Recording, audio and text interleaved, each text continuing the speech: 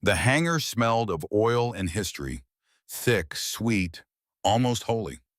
Major Kate Morrison stood alone in the dimming light of early evening, her hand resting on the scarred titanium belly of an A-10 Thunderbolt II.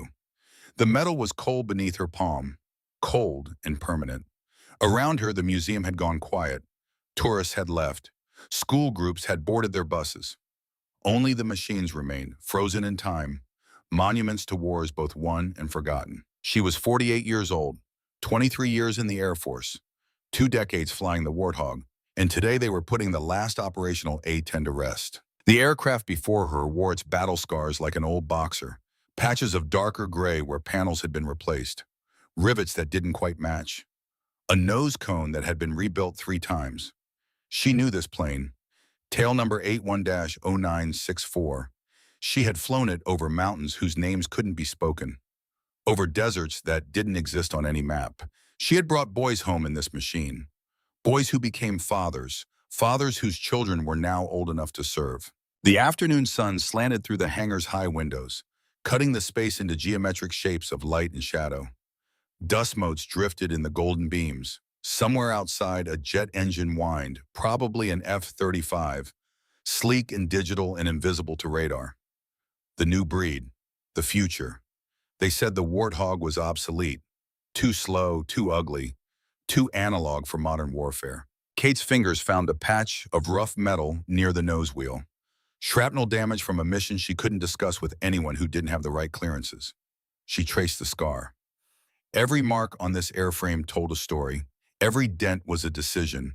Every burn mark was a moment when death had come close enough to leave its signature. Behind her, footsteps echoed on the concrete floor, measured, deliberate, military stride. She didn't turn around. She knew who it was. Colonel James Dutch Vandenberg was 71 years old. Silver hair cut high and tight. Shoulders that hadn't stooped despite the years. Eyes that had seen the Warthog's first combat missions in Desert Storm when most of today's pilots were still in diapers. He walked with a slight limp now, souvenir from an ejection over Iraq in 1991. But his bearing remained that of a warrior who had never quite left the fight. He stopped beside her, said nothing. Just stood there, 2 old pilots in the fading light, paying respects to a machine that had saved more lives than either of them could count. "They're really doing it," Kate said finally. Her voice was quiet, steady, the voice of someone who had learned to control emotion in a cockpit where emotion could get people killed. Retiring the whole fleet, every last one. Dutch nodded slowly. "End of an era. We're the last generation, Dutch. Last ones who'll ever fly her in combat." "Maybe that's not a bad thing," he said, but his voice carried no conviction. They both knew it was a lie, a comfortable lie they told themselves because the truth was harder. The truth was that something irreplaceable was being lost. Not just a weapons system, not just an aircraft, but a philosophy, a way of thinking about war and sacrifice and the value of the human beings on the ground. The A-10 had been designed around a single principle. Get the gun to the fight. Protect the troops. Take the damage meant for them. Come home shot full of holes if necessary, but come home. Modern fighters were built for speed, stealth, surgical strikes from altitude. Clean, distant, safe. The Warthog was built to bleed. Kate's hand dropped from the fuselage. She turned to face Dutch. In the angled light, the lines on his face were deep canyons. He looked tired. Not the tired of a long day, but the tired of a long war that most people had forgotten was still being fought. "You remember what you told me?" she asked. "First time I sat in a cockpit, when I was 26 and thought I knew everything?" Dutch's mouth quirked, almost a smile. "I said a lot of things. You listened to about half of them. You said the Warthog doesn't fly fast or pretty." She paused, let the words settle. "You said it flies true." He met her eyes. "I meant it then, mean it now. They're making me give a speech, tonight, at the decommissioning ceremony." "What are you going to say?" Kate looked back at the aircraft, at the scars and patches and burn marks, at 2 decades of her life written in titanium and depleted uranium. "I don't know yet." The silence stretched between them. Comfortable. The silence of people who had shared something most others would never understand. The weight of responsibility, the burden of coming home when others didn't, the strange guilt that came with survival. "You ever think about that day?" Dutch asked. His voice had changed, softer now, more careful. "The Valley, 2004. Kate's jaw tightened. 20 years. 2 full decades. And still her heart rate climbed when she thought about it. Still her hands wanted to shake. Still she could feel the stick vibrating in her grip as she threaded that impossible canyon at 400 knots with stone walls close enough to touch. Every day, she said. Changed everything, didn't it? She nodded. Because it had. That single mission. 8 minutes over hell. 12 men who should have died. One choice that violated every regulation in the book and saved a dozen lives that would go on to create 47 more. But that was later. That was the story everyone knew. What fewer people knew was what came before. The missions that built the pilot who could make that choice. The years of training and doubt and small failures that forged someone capable of doing the impossible when the impossible became the only option. Dutch shifted his weight. The limp was worse in the evenings. Old bones remembering old impacts. I got a call yesterday, he said, from Ryan Blake. Kate's head came up. Commander Blake? Retired now, just Blake. He wanted me to tell you something. Dutch's eyes were steady on hers. He said to tell you his grandson just finished BUD/SEAL training. Named his boy after you. Middle name Catherine. Something caught in Kate's throat. She swallowed it down. He didn't have to do that. He wanted to. You gave him his life back, Kate. Gave him 20 more years with his kids. Gave him the chance to meet his grandchildren. That's not something you forget. I was just doing my job. Bullshit. The word came out hard, sharp, not angry but definitive. Dutch took a step closer. You went into terrain that should have killed you, violated direct orders, flew a mission that every safety protocol said was impossible. You bet your career and your life on 12 men you'd never met. He paused. That's not a job. That's a calling. Kate turned away, looked at the shadows lengthening across the hangar floor. She could feel it building inside her. The weight, the memories, the ghosts. You know what scares me, Dutch? It's been 20 years. 20 years and they're retiring the platform, moving on to newer, better, faster machines. And I look at these new pilots, these kids flying F-35s with their helmet-mounted displays and sensor fusion and all the rest of it, and I wonder, she paused, I wonder if they'd make the same choice, if they'd risk everything for 12 strangers on the ground. Dutch was quiet for a long moment. When he spoke, his voice was grave. Different war now, different enemy, different tools, but the same people on the ground. Same fathers and sons and brothers bleeding out in some godforsaken valley, waiting for someone, anyone to come get them. You can't save everyone, Kate. No, she turned back to him. But you can try. The words hung in the air between them. Final, absolute. The credo of a generation that measured success not in targets destroyed, but in Americans brought home alive. Dutch's hand came up, rested on her shoulder. The grip was firm, steady. 20 years ago, I stood where you're standing now. Different hangar, different oar, same doubts. And you know what kept me flying? Kate waited, knowing that someone had to be willing. Someone had to be the one to go when everyone else said it couldn't be done. Someone had to be crazy enough, skilled enough, stubborn enough to try anyway. His grip tightened slightly. That was you, Kate. You were that someone. Her eyes burned. She blinked hard, swallowed. And now? Now you pass it on. You teach the next ones. You make sure they understand that the mission isn't about the technology. It's about the oath, the promise we made to never leave our people behind. Kate nodded, couldn't speak, didn't trust her voice. Dutch's hand dropped. He stepped back. Speech starts at 1900 hours. Full dress. Half the Air Combat Command will be there. Probably some of Blake's boys, too. They usually show up when you're involved. He turned to go, stopped. Kate, she looked at him. What you did that day, in that valley, it mattered. Not just to those 12 men, to all of us. You proved something we needed proved. That courage and skill and pure stubborn will can still change the outcome. That a human being in the cockpit is still worth something in this digital age. He paused. Don't forget that when you're up there tonight. Then he was gone. Footsteps fading, hangar door creaking open and shut, leaving Kate alone again with the aircraft and the ghosts and the weight of 2 decades pressing down on her shoulders. She looked at her watch. 16:45 hours. Just over 2 hours until the ceremony.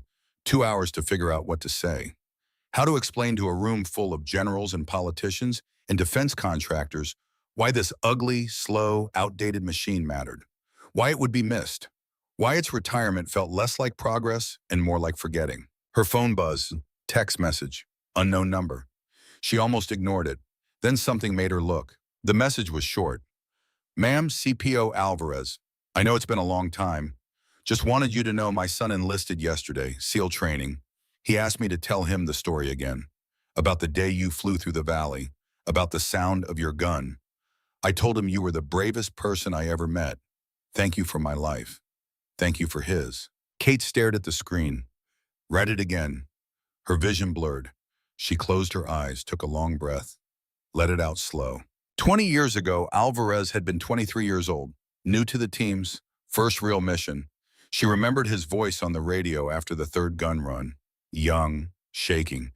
We're gonna make it. We're gonna make it. More prayer than statement, more hope than certainty.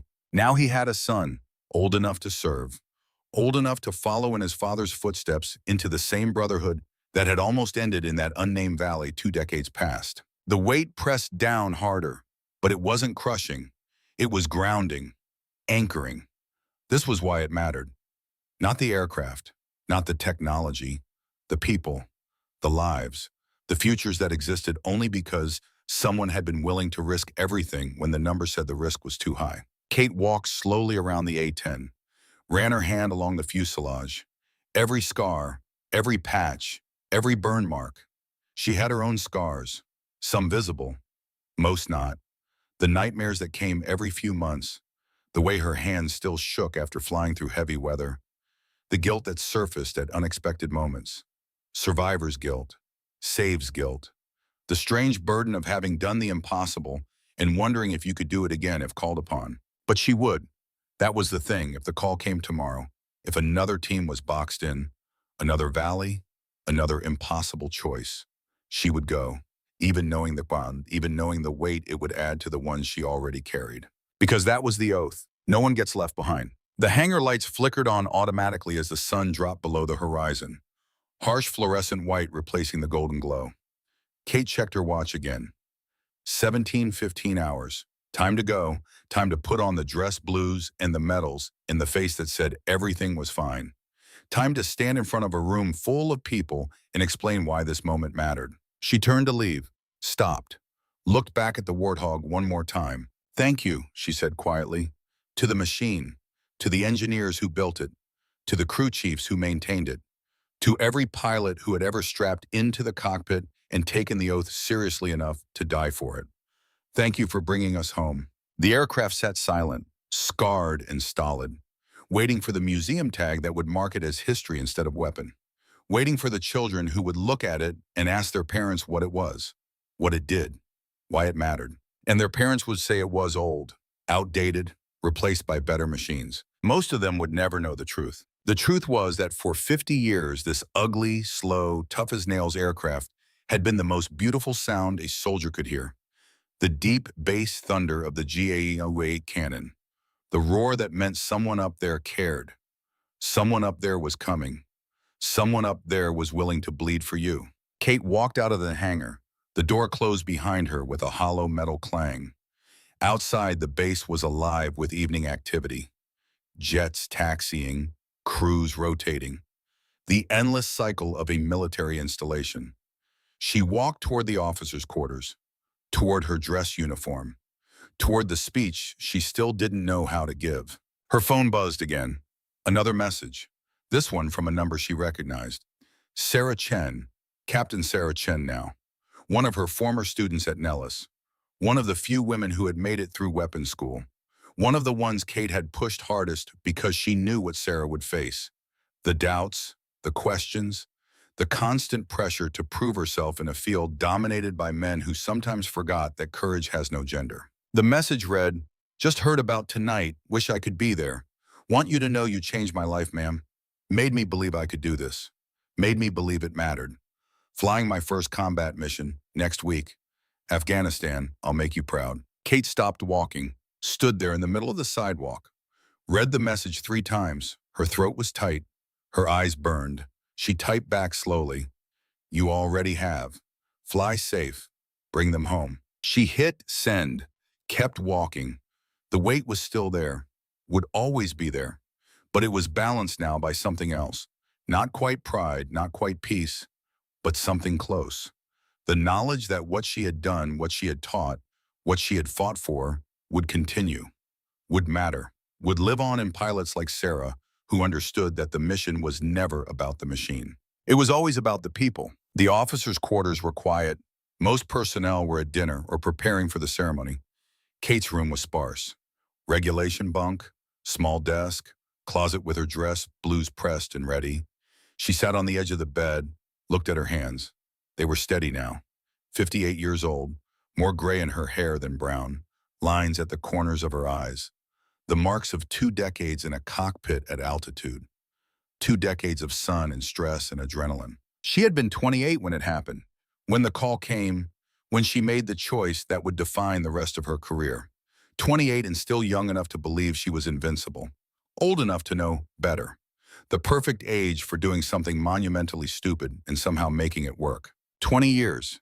It felt like yesterday. It felt like a lifetime ago. She stood, moved to the closet, pulled out her dress blues.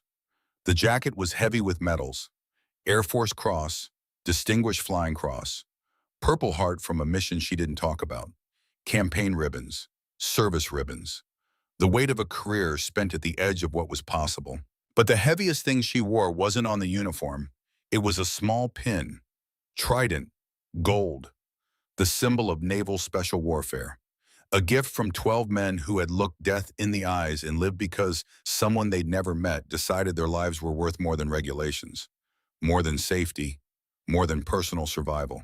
Kate pinned it to her jacket, right above her name tag, where everyone would see it, where it belonged. She dressed slowly, each button a ritual, each crease aligned with precision.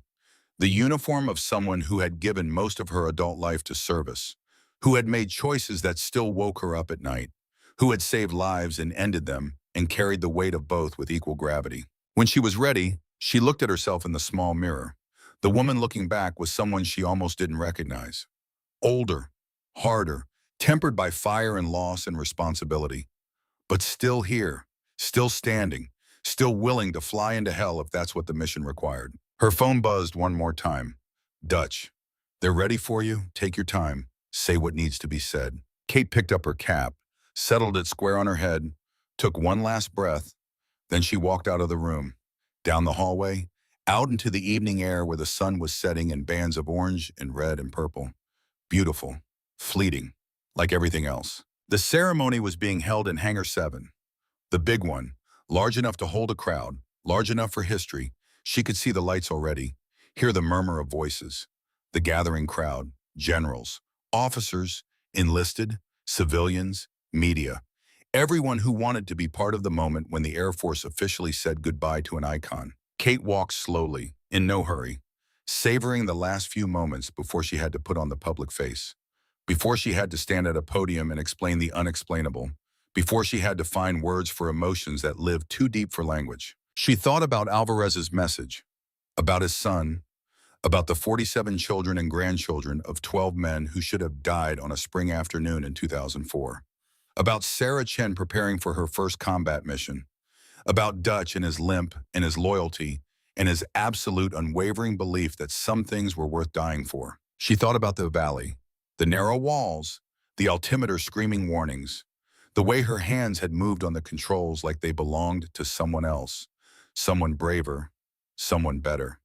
The sound of the gun, the radio calls, the gasping relief in Ryan Blake's voice when he said, Hog 27, you just saved 12 lives. She thought about this cost, the nights she couldn't sleep, the relationships that failed because she couldn't explain what she'd seen, what she'd done, the promotions she didn't get because she'd violated too many rules, the investigations, the questions, the doubt. And she thought about the reward, not the medals, not the recognition, but the quiet moments, the messages from men who became fathers, the students who became teachers, the legacy that rippled outward in ways she would never fully see or understand. Kate reached the hangar, stopped outside. Through the open doors, she could see the crowd. Hundreds of people, a stage, podium, American flag, and behind it all, one last A-10, polished, perfect, ready for the museum. Dutch was waiting just inside. He saw her, nodded once. Respect, recognition, goodbye. Kate squared her shoulders, lifted her chin, walked forward into the light in the noise and the weight of 2 decades. She didn't have her speech written, didn't have notes, didn't have anything but the truth as she understood it. Sometimes that was enough. Sometimes that was all you had. And sometimes when you flew true instead of fast or pretty, it was exactly what the mission required. The ceremony was about to begin, the last chapter of an era, the end of the Warthog's combat life, but not the end of what it represented, not the end of the values it embodied, not the end of the oath that said some lives are worth any risk. As long as pilots like Kate Morrison drew breath, as long as instructors like Dutch Vandenberg passed on the lessons, as long as students like Sarah Chen believed in something larger than themselves, the spirit of the Warthog would endure. Not in museums, not in history books, but in the hearts of warriors who understood a simple truth. Victory isn't measured in targets destroyed, it's measured in the Americans you bring home alive. Kate walked toward the stage, toward the microphone, toward the moment when she would have to find words for the wordless, explain the unexplainable, honor the machine that had given so much and asked for nothing in return except a pilot brave enough to fly it the way it was meant to be flown. Into the fire, through the storm, all the way to hell and back if that's what it took. Because that was the oath, that was the promise, that was why it mattered, and that was what she would say. The morning of April 17th, 2004 began like any other mission morning. Ryan Blake woke at 0430 hours in a concrete bunker that smelled of sweat and gun oil and the particular staleness of air that never quite circulated. He was 42 years old, had been a SEAL for 18 years. This was his 100th combat mission, maybe his 110th. He'd stopped counting years ago. His wife, Catherine, was back in Virginia Beach. His 3 kids were probably getting ready for school right now. Emily was 16, Michael was 13, little Sarah was 8. He kept their photos in a waterproof pouch in his vest, right over his heart, the last thing he'd see if things went bad. But things wouldn't go bad. This was routine, in and out. 12 men against a handful of fighters in a compound that intelligence said was lightly defended. Simple. Nothing was ever simple. Blake rolled out of his bunk, looked around at his team. 11 other men in various stages of waking. Some already geared up. Some still sleeping the sleep of warriors who'd learned to rest whenever opportunity presented itself. Chief Petty Officer David Martinez was sitting on his bunk, reading a letter. Doc, they called him. The team medic. 38 years old, 4 kids back home with a 5th on the way. His wife Elena had sent him an ultrasound photo last week. A boy. They were going to name him David Jr. Morning, Doc, Blake said. Martinez looked up, smiled. The kind of smile that came from deep contentment. Morning, boss. Elena says the baby's kicking, right on schedule. You going to make it back for the birth? Rotation ends in 6 weeks. Should be home with 2 weeks to spare. Martinez folded the letter carefully, tucked it back in its envelope. Just got to stay alive that long. It was said as a joke, but there was truth underneath. Every mission carried risk. Every patrol could be the last. That was the bargain they'd made, the price of the job. Petty Officer First Class Miguel Alvarez was doing push-ups in the corner. 23 years old, youngest on the team. This was his first real deployment, his first combat rotation. He'd been with them for 3 months and was still trying to prove he belonged. His mother Maria lived in San Diego. Widowed, alone, her son was her whole world. She wrote him every day. Long letters about the neighborhood, about church, about her prayers for his safety. Alvarez kept every letter, had a stack 2 inches thick in his footlocker. How many is that, Alvarez? Blake asked. 200, Commander. The kid didn't even sound winded. Save some for the mission. Yes, sir. Petty Officer Robert Coleman was older. 30, quiet.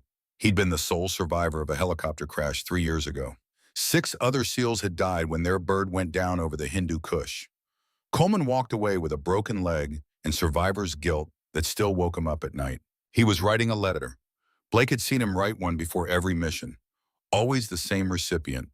His mother. Always sealed, always marked in case I don't come back. Morning, Coleman. Coleman looked up, nodded, went back to writing. Blake knew better than to interrupt. Some rituals were sacred. The rest of the team was gathering. Petty Officer James Chen, Petty Officer First Class Marcus Webb, Chief Petty Officer Thomas Reeves.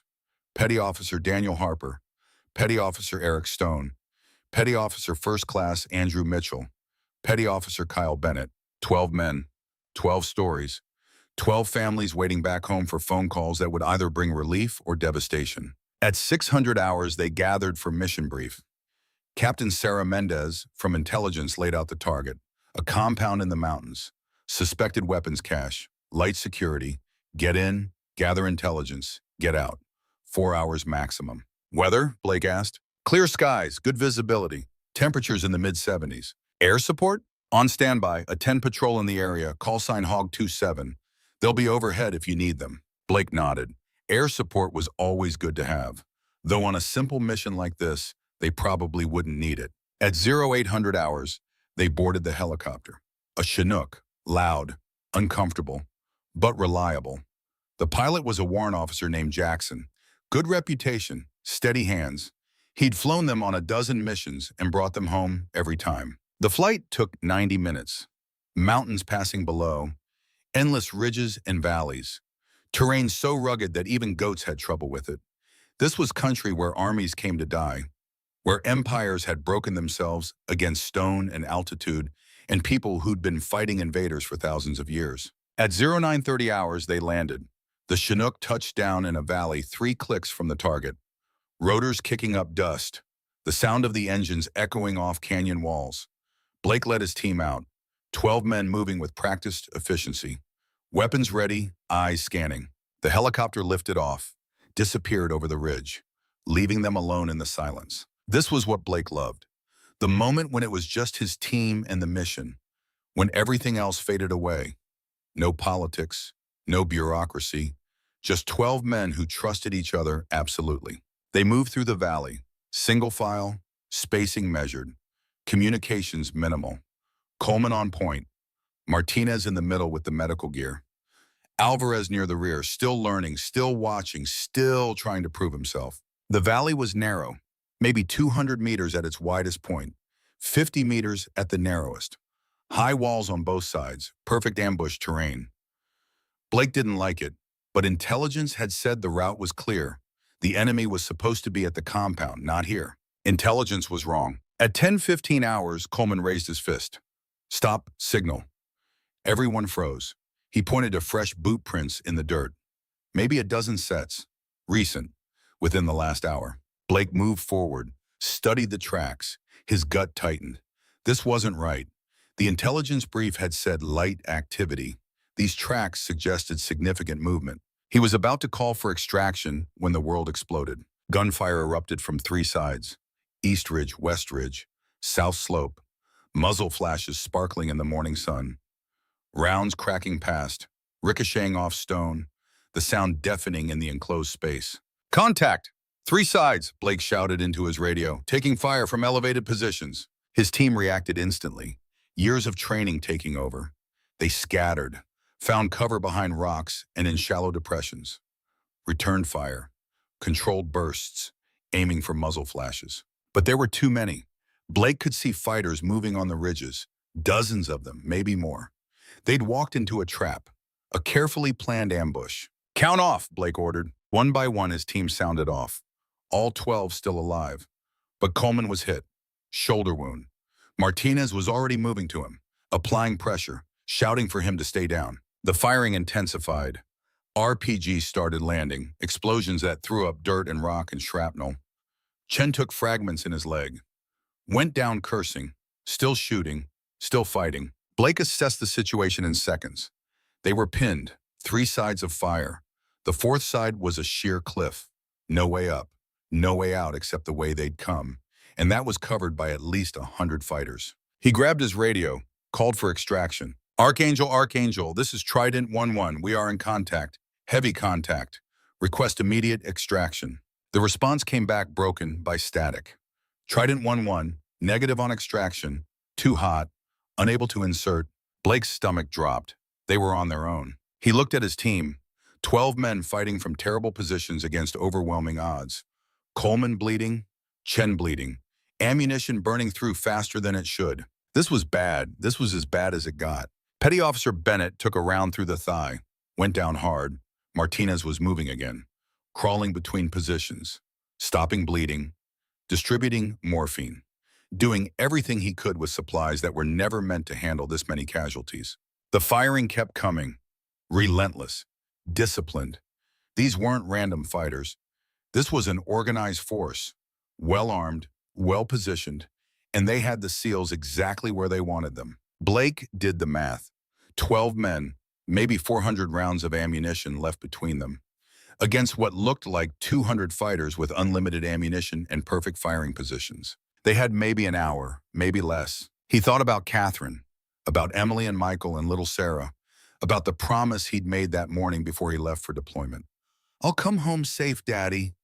Sarah's voice, sweet, innocent, trusting. He'd promised her, and now he was going to break that promise. Blake keyed his radio, broadcast on all frequencies, emergency call, the kind you made when death was certain and hope was a luxury you couldn't afford. Any aircraft, this is SEAL Team 6, call sign Trident 11. We are boxed in by approximately 200 hostiles. Grid coordinates classified. We have multiple casualties. Ammunition critical. Requesting immediate close air support. I repeat, immediate CAS or we're not making it out. His voice was calm, professional, the voice of a man who'd accepted his fate but was still fighting anyway. Because that's what you did. You fought until you couldn't fight anymore, and then you fought some more. The radio crackled. For a moment, nothing, just the sound of gunfire and explosions and men shouting tactical calls. Then a voice, female, steady. "Trident 11, this is Hog 27. I copy your call for close air support. I'm 4 minutes out. State your condition." Blake felt something shift in his chest. Not quite hope, but close. "Hog 27, Trident 11. We're pinned in a narrow valley about 200 meters long by 50 wide. Enemies pressing from 3 sides. East, west, south, north side sealed by vertical cliff. We count approximately 200 fighters with RPGs and 50 caliber weapons. We have 4 casualties, 2 critical. Ammunition nearly gone. Fewer than 100 rounds total." There was a pause. Blake could hear the hesitation.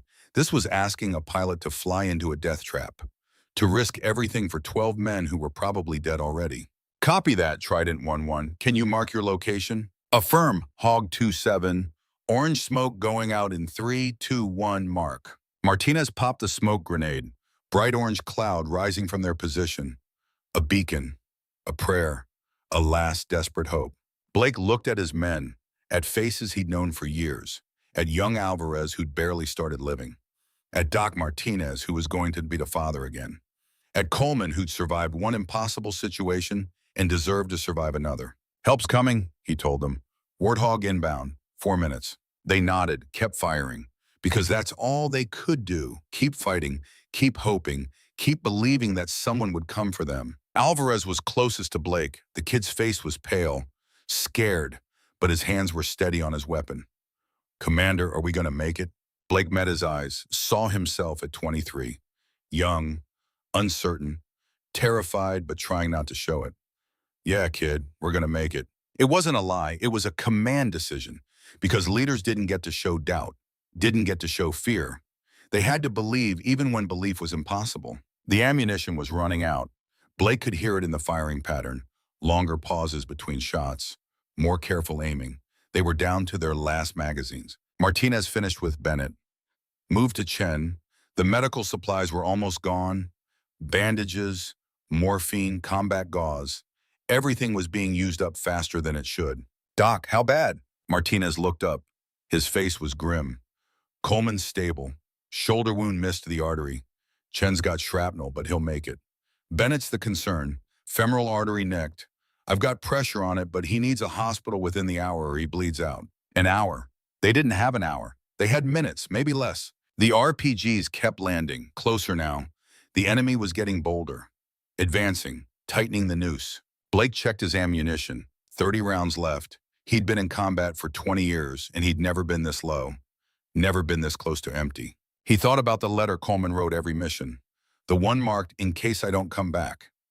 He thought about Alvarez's mother waiting in San Diego, about Martinez's wife and the baby boy who'd never meet his father, about Chen's sister who'd just gotten married, about all the people back home who'd get the knock on the door. The notification, the folded flag. He wasn't ready.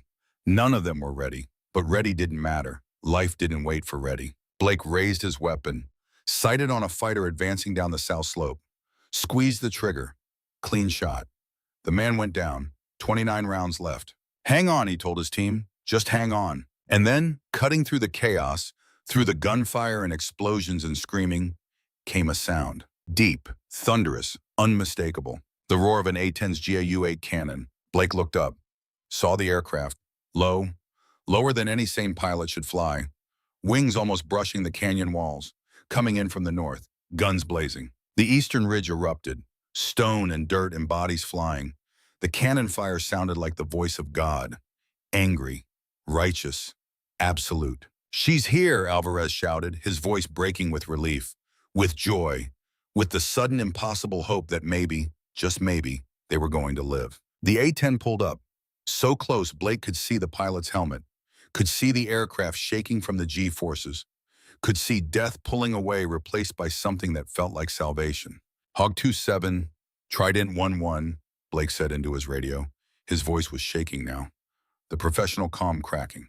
"Excellent hits on the eastern ridge. Enemies breaking on that side. Can you hit the west?" Roger, Trident swinging around now. Blake watched the Warthog bank, impossibly tight, impossibly low, threading through terrain that should have killed the pilot 10 times over. This wasn't just skill. This was beyond skill. This was someone who decided these 12 men were worth dying for. The western ridge lit up. More cannon fire. More devastation. The heavy weapons went silent.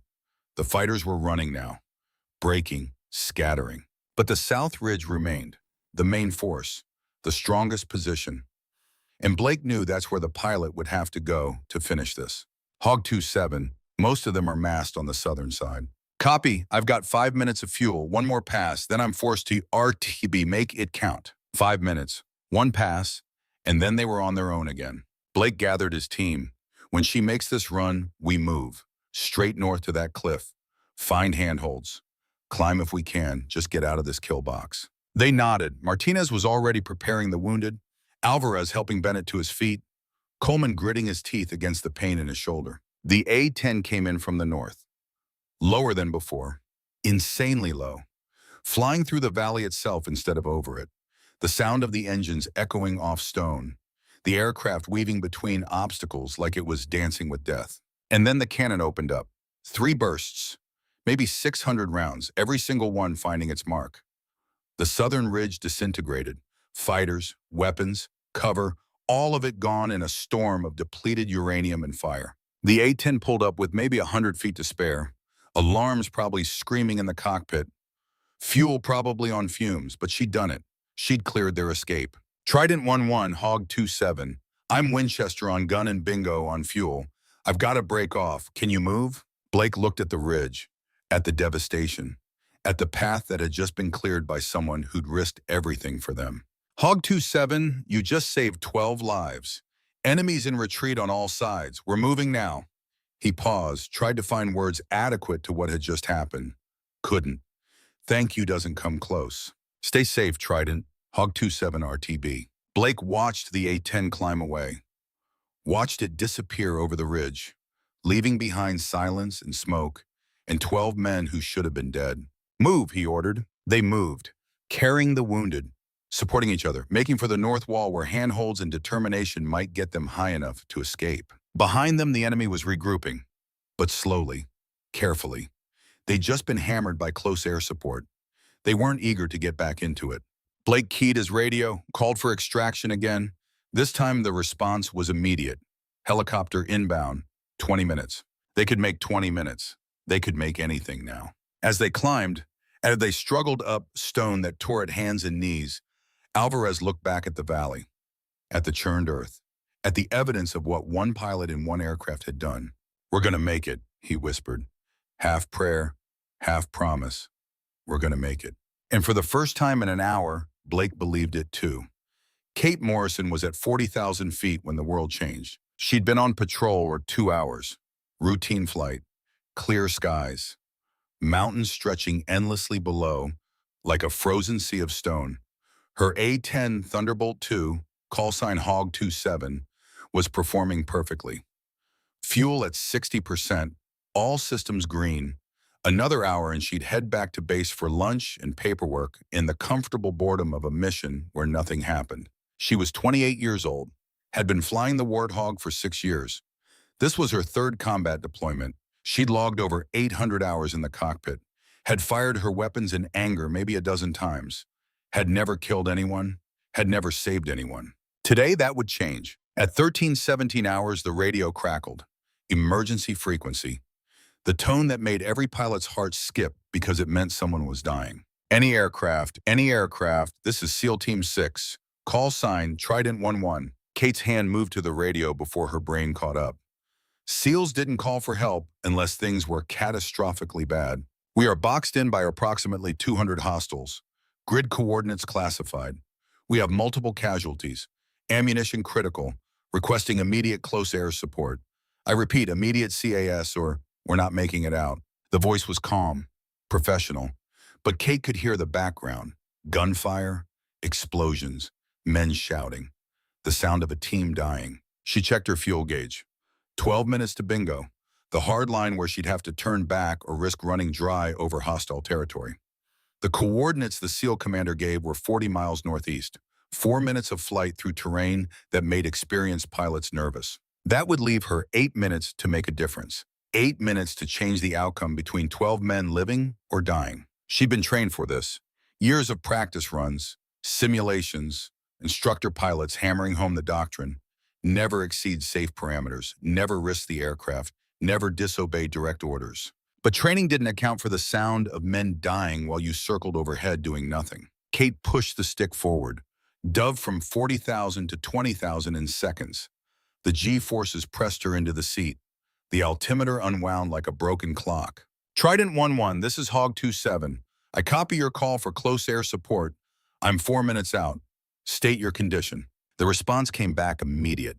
Relief obvious even through the static. Hog 27, Trident 11, were pinned in a narrow valley about 200 meters long by 50 wide. Enemies pressing from 3 sides. East, west, south, north side sealed by vertical cliff. Kate's mind was already working the problem. Narrow valley meant no room to maneuver. 3 sides of fire meant multiple attack runs from different angles. Vertical cliff meant the SEALs had no escape route. This was the worst kind of scenario, the kind that got pilots killed. We count approximately 200 fighters with RPGs and 50 caliber weapons, 4 casualties, 2 critical, ammunition nearly gone, fewer than 100 rounds total. Kate felt something cold settle in her stomach. 200 fighters, heavy weapons, casualties. This was a massacre in progress. Copy that, Trident 11. Can you mark your location? Affirm, Hog 27. Orange smoke going out in 3, 2, 1, mark. Kate dropped to 12,000 feet. Scanned the terrain. Mountains rising like walls. Valleys curling like serpents. Stone ridges forming natural fortresses. This was country that killed armies. Then she saw it. Orange smoke rising from a valley so narrow it looked like a knife cut through the mountains. Wedged between peaks that weren't on any map she'd studied. This was beyond unmapped. This was terrain reconnaissance aircraft avoided. She switched to the Air Operations Center frequency. Ares Control, this is Hog 27 responding to troops in contact inside unmarked valley. Request immediate clearance for danger close fire support. The response came back hesitant. Hog 27, Ares Control, be advised that valley is unmapped with severe hazards. You are not cleared to engage. Repeat, not cleared. Return to patrol route. Kate looked down at the valley, at the smoke rising, at 12 men dying while she was told to fly away. She'd made a promise when she pinned on her wings, to support and defend, to protect those who couldn't protect themselves. Regulations didn't say anything about only protecting them when it was safe and convenient. Ares Control, Trident 11 is in immediate danger. I'm engaging. Negative, Hog 27. You are not cleared. Terrain is too dangerous. Kate switched off that frequency. Some decisions you made knowing the cost, knowing you'd face a board of inquiry, knowing your career might end, but also knowing that 12 families would get their fathers and sons and husbands back alive. She armed the GAU-8 30mm armor-piercing incendiary rounds, 1,174 of them loaded and ready, each round the size of a beer bottle, each capable of punching through armor at 3,000 feet per second. This was what the Warthog was built for. Not speed, not stealth, getting the gun into the fight when everything else failed. Kate dove to 8,000 feet. The valley opened below her, and it was worse than she'd imagined. Barely 50 meters wide at the narrowest point. Sheer cliffs rising hundreds of feet. Rock spires jutting up like teeth. Sudden drops in hidden ravines. Natural obstacles that would shred an aircraft that flew too close. The SEALs were pressed against the north wall, tiny figures barely visible through the smoke and dust. Surrounded on three sides by muzzle flashes, the enemy was dug into perfect positions. High ground, cover, clear fields of fire. This was a kill box, designed to slaughter anyone trapped inside. Kate lined up on the eastern ridge. The approach was brutal, stone columns rising like towers. She threaded between them. Left wing, right wing, adjustments measured in feet. A mistake would mean shearing off her wings and tumbling into the valley in a ball of fire. The altimeter dropped. 6,000, 4,000, 2,000. Lower than doctrine allowed. Lower than safety margins permitted. Lower than sanity suggested. But high enough to miss the rocks. Low enough to see her targets. Trident 1-1, Hog 2-7. Tally on your smoke. Get as low and covered as possible. I'm striking East Ridge first. Copy, Hog 2-7. We're flat on the deck. Cleared hot. Kate pulled the trigger. The GAU-8 roared to life. The sound was physical, a vibration that shook the entire aircraft, a deep bass thunder that echoed off the canyon walls. 65 rounds per second, screaming downrange, each one hitting with the force of a small artillery shell.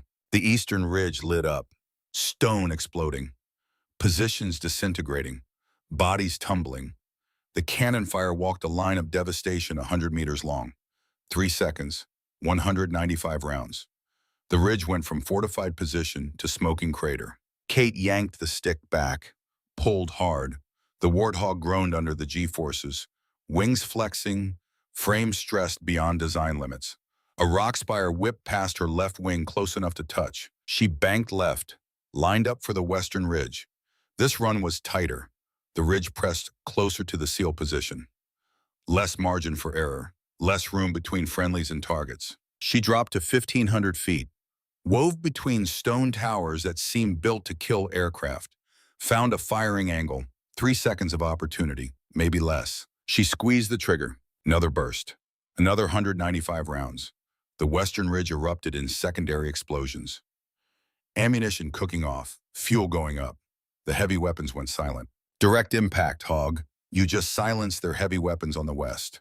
But most of them are massed on the southern side. Kate checked her fuel. 5 minutes to bingo. One more pass.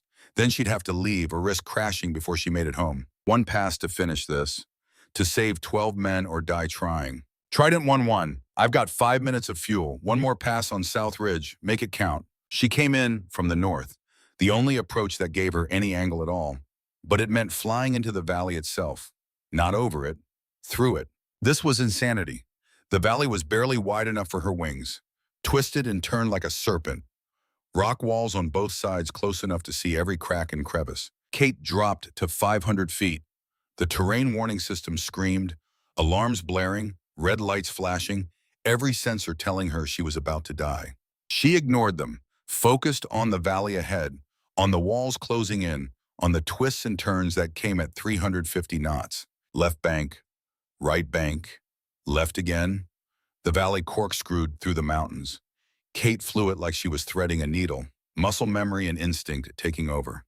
Her hands moved before her brain registered obstacles. The South Ridge appeared ahead, fighters massed on it, waiting to pour fire into the valley, into the SEALs, into anyone stupid enough to try rescuing them. They didn't expect an A-10 roaring up from below at 400 knots. Kate spotted a gap in the ridge, an opening barely wider than her wingspan. One chance, one opportunity. Miss it, and she'd never get another. She lined up, shot through the gap with feet to spare. The ridge filled her gun sight. She leveled, pulled the trigger, held it. 3 bursts, 3 seconds each. Nearly 600 rounds in 9 seconds. Every single shell found its mark. The southern ridge ceased to exist. Positions vaporized, weapons destroyed, fighters torn apart by depleted uranium moving faster than sound. Vehicles exploded, ammunition detonated. The entire ridgeline dissolved into fire and shrapnel. Kate hauled back on the stick, pulled out with 100 feet to spare, alarm still screaming, fuel gauge reading near empty, every warning light in the cockpit illuminated. But she'd done it. She'd cleared the valley, given 12 men a chance to live. Trident 1-1, Hog 2-7. I'm Winchester on gun and bingo on fuel. I've got to break off. Can you move? The response came back, raw emotion cutting through the professional calm. Hog 2-7, you just saved 12 lives. Enemies in retreat on all sides. We're moving now. Thank you doesn't come close. Kate felt something break inside her. Not pain, relief. The kind that came after holding your breath for so long you forgot what breathing felt like. Stay safe, Trident. Hog 2-7 RTB. She climbed for altitude, turned west toward base. Her hands were shaking on the stick. Adrenaline crash beginning. The reality of what she'd just done starting to sink in. She'd flown through terrain that should have killed her, made gun runs from altitudes that violated every safety regulation, disobeyed direct orders, risked her life and her aircraft for 12 strangers. And she'd do it again, right now, without hesitation. The flight back to base took forever. Fuel gauge dropping, engine temperatures climbing, the aircraft flying rough, something damaged, something bent or cracked or stressed beyond limits. Kate didn't care. She was alive. The SEALs were alive. That was all that mattered. At 13:31 hours, she touched down. 40 seconds of fuel remaining. Not minutes. Seconds. The margin between making it home and becoming a statistic was measured in heartbeats. The canopy opened. Hot air rushed in. Kate sat in the cockpit for a moment, hands still trembling, heart still racing. The adrenaline leaving her system like water draining from a broken dam. She'd just flown the most dangerous mission of her career, had pushed herself and her aircraft beyond every limit, had done things that would either earn her a medal or end her career. Maybe both. Chief Master Sergeant Reeves was waiting at the bottom of the ladder. His face was pale, eyes wide. He'd been maintaining A-10s for 20 years, and she could see he'd never seen damage like this. Ma'am, you took 14 hits, small arms fire, and one .50 caliber round clean through the fuselage. He pointed to a hole 6 inches from the right engine. 6 inches, ma'am. 6 inches closer and you'd have exploded. Kate looked at the hole, at the torn metal, at the impossible mathematics of survival. She'd flown home with a hole in her aircraft that could have killed her, had threaded through a canyon at 400 knots with death 6 inches away. She should have died. By every calculation, every probability, she should be scattered across that valley in pieces too small to identify. But she wasn't. She was standing here in the sun, alive, whole, lucky beyond measure. Or maybe it wasn't luck. Maybe it was the Warthog, built tough, built to take damage, built to bring pilots home, even when they pushed it past every limit. Ground the bird, Kate said. Her voice sounded distant, like it belonged to someone else. Full inspection. I need to know what else got hit. She walked toward the squadron building. Each step felt surreal, like she was moving through a dream. Around her, other pilots were stopping, staring. Word had already spread. The radio chatter had been monitored. Everyone knew what she'd done. Some looked impressed. Some looked horrified. All of them looked at her like she'd become something different, something other than just another pilot. She'd crossed a line, couldn't uncross it, had become someone who'd proven that the impossible was just barely possible if you were skilled enough and desperate enough and willing to risk everything. Kate made it to the locker room before the shaking got worse, made it to a bench before her knees gave out, sat there in her flight suit, soaked with sweat, hands trembling, heart hammering. She'd saved 12 men, had flown through hell and come back, had done something that would be studied and analyzed and either celebrated or condemned. But right now, in this moment, all she felt was tired, bone-deep tired. The kind that came from running on adrenaline and fear for 8 minutes that felt like 8 years. She thought about the SEALs, about the voices on the radio, about 12 men who'd been about to and now weren't, about families who'd get phone calls instead of notifications, about children who'd still have fathers. That was worth it, worth the risk, worth the consequences, worth everything. Kate stood on shaking legs, stripped out of her flight suit, stood under a shower as hot as she could stand. Let the water wash away the physical evidence of the mission. But some things didn't wash away. Some things stayed with you. The memory of stone walls rushing past, the sound of the cannon, the voice on the radio saying, "You just saved 12 lives." She would carry that forever. The weight of it, the pride of it, the terrible, beautiful burden of knowing she'd made a choice that mattered. And when the board of inquiry came, when the questions started, when her career hung in the balance, she'd tell them the truth. She'd do it again, because that's what the oath meant. Support and defend, not when it was convenient, not when it was safe, but when it mattered most. Even if it cost everything, especially then. The landing gear kissed the runway at exactly 13:31 hours. 40 seconds of fuel remaining in the tanks. Not minutes, seconds. The kind of margin that made crew chiefs go pale and maintenance officers reach for their incident report forms. Kate Morrison's hands were steady on the controls as she taxied toward the apron. But inside, deep in the parts of her that the uniform and the training and the 20 years of discipline couldn't quite reach, something was beginning to crack. The A-10 rolled to a stop, engine spooled down, the familiar whine dropping to silence. Kate sat in the cockpit for a long moment, hands still on the throttles, eyes fixed on nothing. The adrenaline that had carried her through 8 minutes of impossible flying was draining away now, leaving behind a hollow feeling that started in her chest and spread outward like ice water through her veins. Her fingers trembled as she reached for the canopy release. That was wrong. Her hands never shook. Not in the air, not on the ground, not ever. She had flown through storms that tore other aircraft apart. She had taken fire from positions so close she could see the muzzle flashes. She had landed with one engine on fire and the other coughing smoke, and her hands had been steady as stone every single time. But now they shook. The canopy rose with a hydraulic hiss. Late afternoon air rushed in, hot, dry, tasting of dust and jet fuel and something else she couldn't name. Kate unbuckled slowly, each movement deliberate, controlled. The movements of someone who understood that if she let go of control for even a second, something might break that couldn't be fixed. She climbed down from the cockpit, boots hitting concrete, legs solid beneath her. That was good. That was important. Stay vertical, stay functional, don't let them see. Chief Master Sergeant Tom Reeves was waiting at the bottom of the ladder. 52 years old, 28 years maintaining A-10s. He had seen pilots come back from missions that should have killed them, had seen aircraft return with damage that should have made them unflyable. But the look on his face now was something Kate had never seen before. Fear, not fear of her, fear for her. "Ma'am," his voice was careful, the voice you use with someone who might shatter if you speak too loud.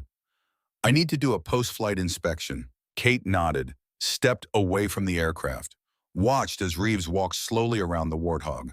His face changed with each step, mouth tightening, eyes widening, hands reaching out to touch damage that shouldn't exist on an aircraft that was still flying. "Jesus Christ," he breathed, not blasphemy, prayer. Kate followed his gaze, saw what he was seeing. The A-10's titanium skin was pocked with holes. 14 of them, small caliber rounds, probably AK-47 fire from the fighters on the ridgelines. But it was the large puncture near the right engine that made her stomach drop. The hole was the size of a fist, edges torn inward. Something had punched through the fuselage 6 inches from the engine housing. 6 inches. The difference between coming home and becoming a crater in an unmapped valley. "Ma'am, you took a .50 caliber round through the fuselage." Reeves's voice was shaking now too. "Right here. Clean through. If this had hit 6 inches to the left..." "It didn't." Kate's voice came out flat, empty. "Ma'am, you wouldn't be standing here. The engine would have exploded. You would have gone down in that valley with no way out." Kate looked at the hole, at the torn metal, at the impossible mathematics of survival. 6 inches, the width of her hand, the distance between alive and dead, between standing here in the sun and bleeding out in a cockpit while 12 SEALs watched from the ground. She had flown the entire return trip with that hole in her aircraft, had threaded through the canyon, had climbed to altitude, had limped home with the margin between life and death measured in inches, and she had never known, never felt it. The aircraft had flown true despite the wound, just like Dutch said it would. "Ground this bird," Reeves said. His voice had gone professional now. Crew chief mode. "Full structural inspection, stress analysis on the frame, engine teardown. We need to see what else got damaged." Kate wanted to argue, wanted to say the aircraft was fine, but she knew better. Knew that damage you could see, was only part of the story. The real danger was what you couldn't see.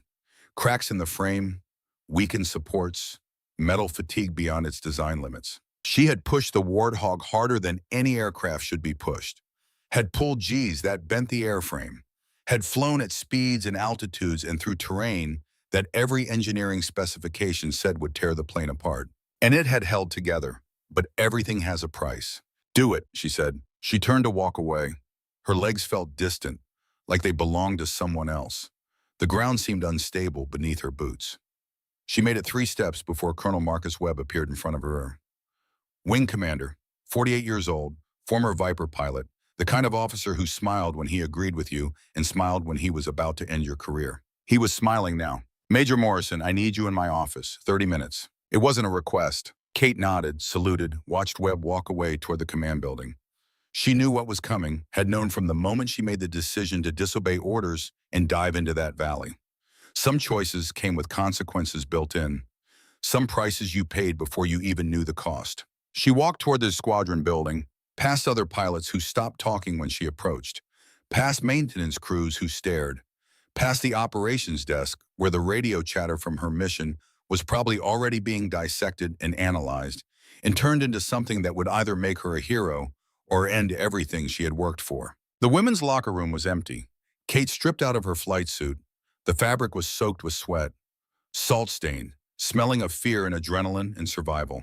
She stood under the shower and let water as hot as she could stand pour over her, scrubbing away the physical evidence of the mission, wishing it was as easy to scrub away everything else. Her hands still shook. She dressed in a clean flight suit, tied her boots with fingers that didn't want to cooperate, checked herself in the mirror. The woman looking back was pale, eyes too bright, jaw too tight. She looked like someone holding on by their fingernails. 28 minutes since Webb's order. She walked to his office, each step measured, each breath controlled. The hallway seemed longer than usual, doors passing like milestones. Evidence of a career built one mission at a time, one choice at a time, one risk at a time. Now it might all come down in one conversation. Webb's secretary waved her through without a word. The door to the inner office was open. Kate stepped inside, came to attention. At ease, Major, sit down. Kate sat. The chair was uncomfortable, probably by design. Webb's office was sparse, regulation desk, filing cabinets, American flag in the corner, photos on the wall showing his career, F-16 in flight, formation flying, combat missions over Iraq, the timeline of a pilot who had played by the rules and risen through the ranks on merit and procedure. Webb leaned back in his chair, studied her. His smile was gone now. I listened to the radio traffic from your mission, he said. Air Operations Center has the recordings. Every transmission, every decision, every moment you chose to disregard procedure and direct orders. Kate said nothing. There was nothing to say. The evidence spoke for itself. You were told the valley was unmapped. You were told terrain hazards were extreme. You were told you were not cleared to engage. Webb's voice was calm, almost conversational. You flew in anyway. Altitudes below minimum safe levels, maneuvers beyond aircraft specifications, attack runs that violated every safety regulation we have. Yes, sir. 12 SEALs are alive because of what you did. He paused. Let that sit. And you could have died. Your aircraft could have failed. You could have crashed into that canyon wall and killed yourself and accomplished nothing except adding one more name to the casualty list. Kate met his eyes. But I didn't, sir. You got lucky. I got skilled, sir, and I got desperate. And I made a choice. Webb's jaw tightened. A choice to violate direct orders. A choice to save American lives. The silence stretched between them. Webb stood, walked to the window, looked out at the flight line where aircraft were preparing for evening sorties. When he spoke again, his voice was quieter, harder. There's going to be an inquiry, Major, board of review. They'll want your flight recorder data, your mission logs, your justification for every decision you made. He turned back to face her. And they're going to ask me whether I think you should keep flying. Kate's stomach dropped, but her face stayed neutral. Years of training, years of hiding fear behind competence. What are you going to tell them, sir? Webb walked back to his desk, sat down.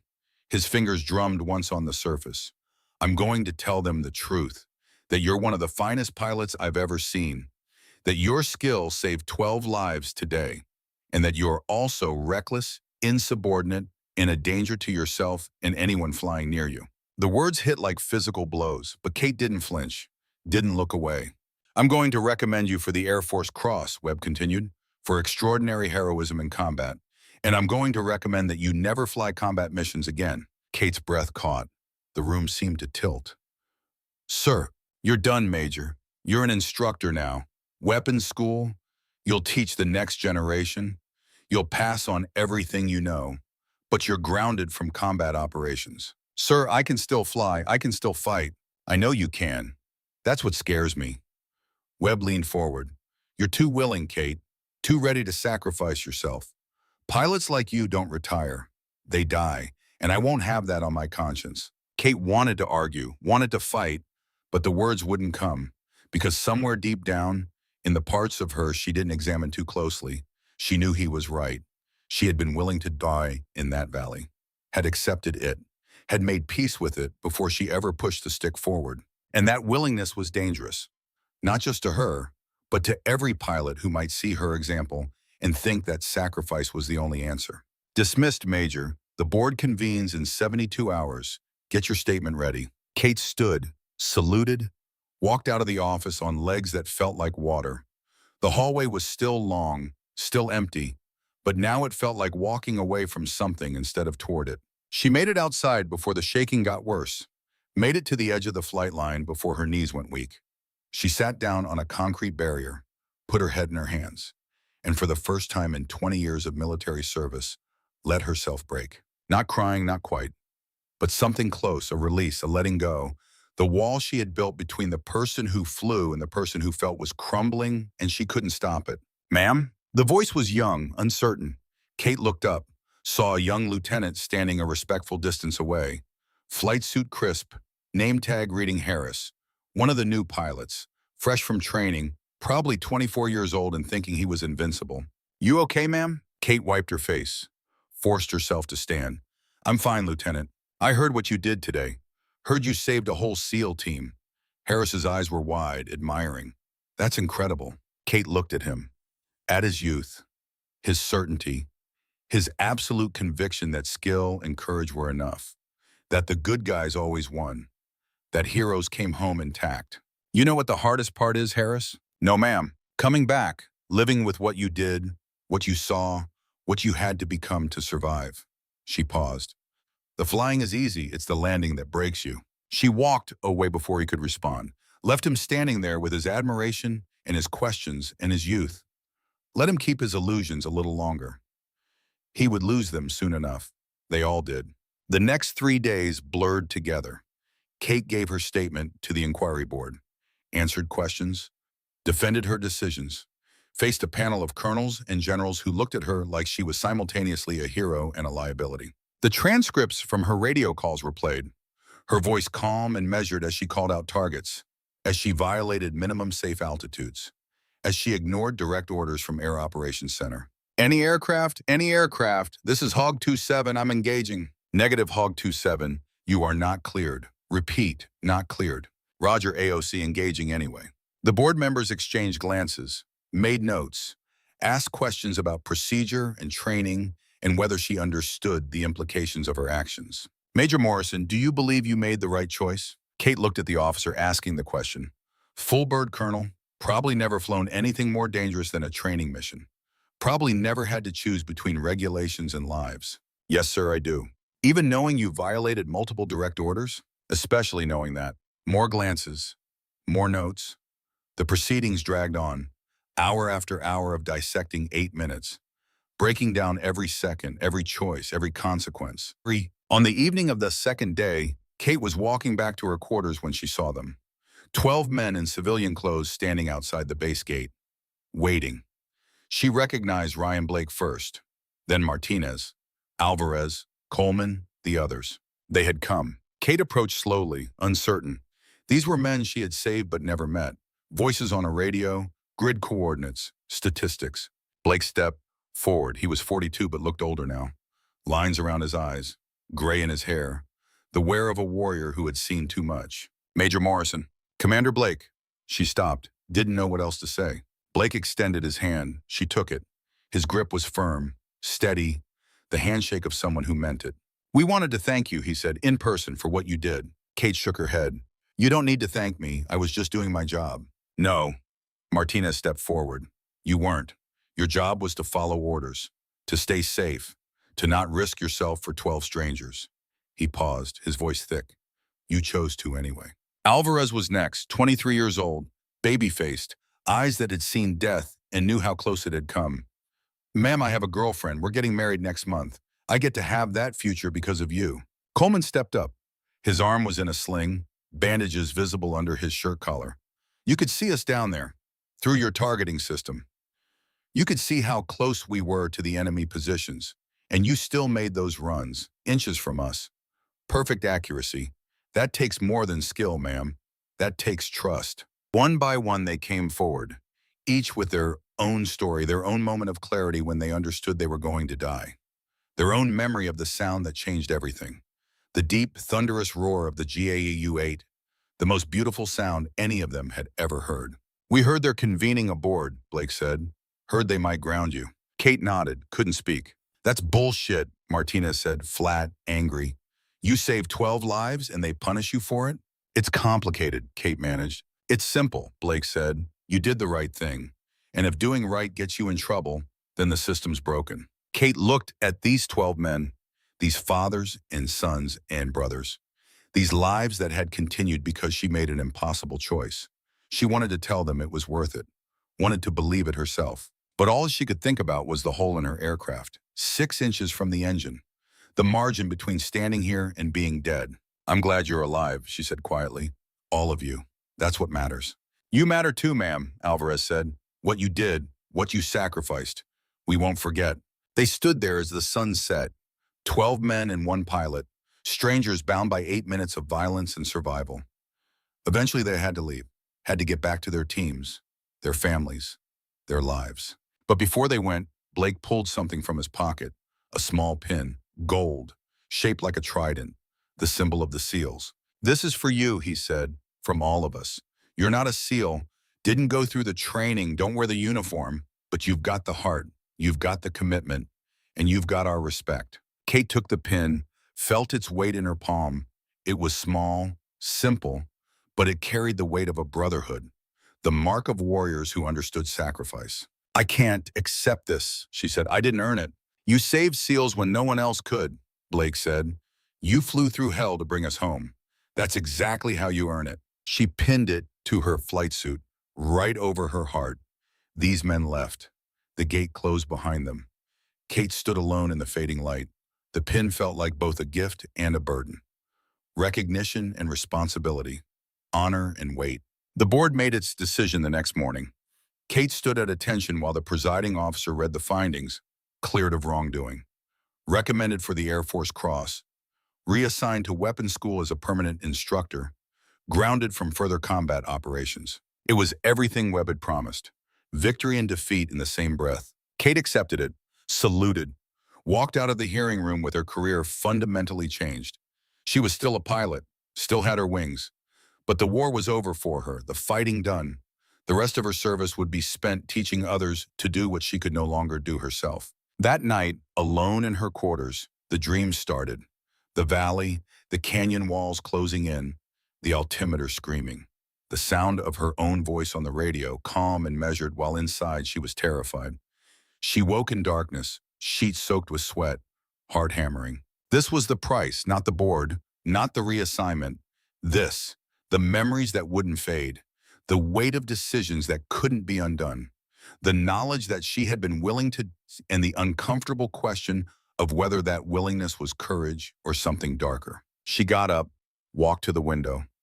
Outside, the flight line was quiet, aircraft sitting dark and silent, waiting for morning, waiting for pilots who would strap in and take to the sky and make their own choices about risk and duty and sacrifice. Kate touched the trident pin on her dresser, ran her finger over the gold surface, thought about 12 men and their families, about futures that existed because someone had been willing, about the 47 children and grandchildren who would grow up never knowing how close they came to never existing at all. The shaking had stopped.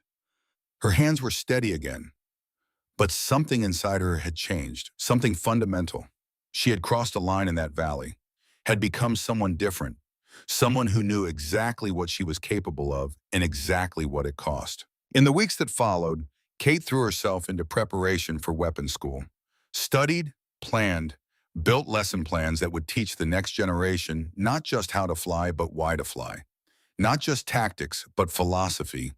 Not just skill, but judgment. She received the Air Force Cross in a ceremony attended by her parents, her squadron, and 12 men in dress uniforms who stood at attention through the entire proceeding. When they pinned the medal to her chest, she felt the weight of it. Not the physical weight, the weight of expectations, of legacy, of lives saved and lives yet to be saved. During her acceptance speech, she kept it brief. I did what any pilot would do, what any American should do. I saw people in danger and I acted. The real heroes are the SEALs who fought. The real courage is theirs. But Ryan Blake found her afterward, pulled her aside. His eyes were serious. Don't diminish what you did, he said. Don't hide from it. What you did in that valley mattered. Not just to us, to everyone. You proved something important. What's that? That when the mission requires it, when lives are on the line, there are still people willing to put everything on the line. Still warriors who understand that some things are more important than safety, more important than careers. He paused. More important than living. Kate nodded, couldn't speak. Teach them that, Blake said, when you're at weapons school, when you're training the next ones. Teach them that courage isn't the absence of fear. It's being terrified and doing it anyway, because the alternative is unacceptable. She promised she would, and she kept that promise. But every night when she closed her eyes, she was back in that valley, threading the needle, hearing the warnings, feeling the stick vibrate in her hands, making the choice over and over again, knowing the ban, paying it, and wondering if she would do it again if called upon. The answer was always yes. That was the burden. That was the price, not the medals or the reassignment or the damaged aircraft, but the knowledge that she would always be willing, always ready, always able to look at impossible odds and say yes anyway. Some called it courage. Some called it dedication. Some called it reckless. Kate called it duty, and she would carry it for the rest of her life. The weight of 12 lives saved, the memory of 8 minutes that changed everything. The price of valor measured not in blood, but in sleepless nights and shaking hands, and the quiet understanding that heroes don't get to walk away unscathed. They just get to walk away, and sometimes that has to be enough. 5 years had passed since the valley. 5 years since Kate Morrison had made a choice that changed 12 lives and ended her combat flying career. Now she stood at the front of a classroom at Nellis Air Force Base, Nevada, looking at 24 faces that reminded her of who she used to be. Young, hungry, certain they were invincible. The weapons school was where the Air Force sent its best pilots to become better, to learn not just how to fly, but how to think, how to make decisions when the book didn't have answers, how to lead when leadership meant putting your life on the line. Kate was 33 now, still young by most measures, but she felt older, carried weight that had nothing to do with years and everything to do with memory. The valley lived in her still, in quiet moments, in dreams, in the way her hands sometimes shook when thunder rolled across the Nevada desert. But she had learned to carry it, learned to transform the weight into something useful, into lessons, into wisdom bought with fear and adrenaline and the knowledge of how close death could come. The classroom was standard military issue. Projector, whiteboard, rows of desks, American flag in the corner. Nothing fancy, nothing that hinted at the kind of warriors being forged here. But Kate knew, had been one of them, had sat in these same seats with the same hunger to prove herself. Today we're covering close air support in denied terrain, she began. Her voice was steady. Instructor mode. Specifically, what happens when the mission requires you to operate outside established parameters. She clicked the remote. The screen behind her came alive with footage. Gun camera video from an A-10. The image shaky. Terrain rushing past. Mountains rising like walls on either side. The students leaned forward. This wasn't training footage. This was real. This mission took place 5 years ago, Kate continued. Unnamed location. SEAL team surrounded by approximately 200 enemy fighters. Narrow valley, extreme terrain, multiple casualties. Ammunition nearly exhausted. The video showed the approach. Altitude dropping, walls closing in. The kind of flying that made experienced pilots grip their armrests. The pilot received direct orders not to engage. Terrain was deemed too hazardous, risk of aircraft loss too high. But 12 Americans were about to die without immediate support. She paused the video, turned to face the class. 24 pairs of eyes locked on her, waiting. The pilot disobeyed orders and engaged anyway. You could hear the shift in the room, the intake of breath, the unspoken question hanging in the air. What happened to that pilot? Kate clicked the remote again. The video resumed. The first gun run. Cannon fire tearing into an eastern ridge. Precision. Violence. The camera shaking as the aircraft pulled up mere feet from stone walls. 3 attack runs, Kate narrated. Altitudes below 500 feet. Airspeed exceeding safe limits for the terrain. Engaged targets within 50 meters of friendly positions. The second run. Western ridge. The aircraft banking so hard the horizon tilted vertical. More cannon fire. More impossible flying. The pilot sustained 14 hits from small arms fire and one .50 caliber round that penetrated the fuselage 6 inches from the right engine. She could see them doing the math, understanding what 6 inches meant, the difference between mission success and catastrophic failure. The third run was the one that always made her chest tighten, even now, even knowing how it ended. The aircraft diving into the valley itself, threading between formations, flying through terrain that wasn't meant for fixed-wing aircraft. When the video ended, the classroom was silent. All 12 SEALs survived, Kate said. Approximately 150 enemy killed or wounded. The pilot returned to base with 40 seconds of fuel remaining and was subsequently grounded from combat operations. A hand went up. Young lieutenant, couldn't be more than 25. Ma'am, who was the pilot? Kate met his eyes, held his gaze. I was. The silence deepened, became something else. Recognition, respect. A few students glanced at each other. They had heard stories, rumors, but hearing it confirmed by the person who lived it was different. Another hand, this one from a captain in the back row, female, one of only 3 women in the class. Her name tag read Chen. Ma'am, would you make the same choice again? Kate considered the question. 5 years of distance, 5 years of nightmares and second-guessing and wondering if courage and recklessness were really that different.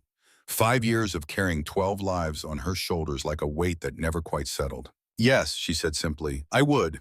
Even knowing the consequences, the board of inquiry, being grounded, even knowing all of that. Kate walked to the window, looked out at the flight line. F-16S, F-35S, A-10S. The tools of modern warfare. Because the alternative was 12 men dying while I circled overhead, safely following regulations. She turned back to the class. But understand this, what I did that day was not heroic. It was necessary. There's a difference. Heroism implies choice. Necessity means there was no choice at all. But you chose to disobey orders, Chen pressed. I chose to save lives. The orders were in the way. Kate's voice was firm now. Not angry, but absolute.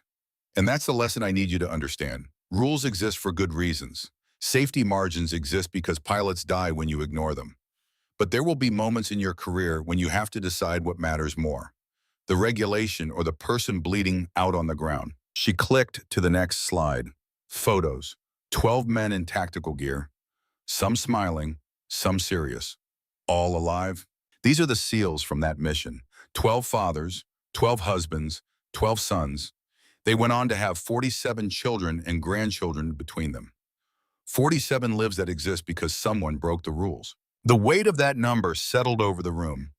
47, 3 generations worth of futures, weddings and birthdays and little league games and graduations.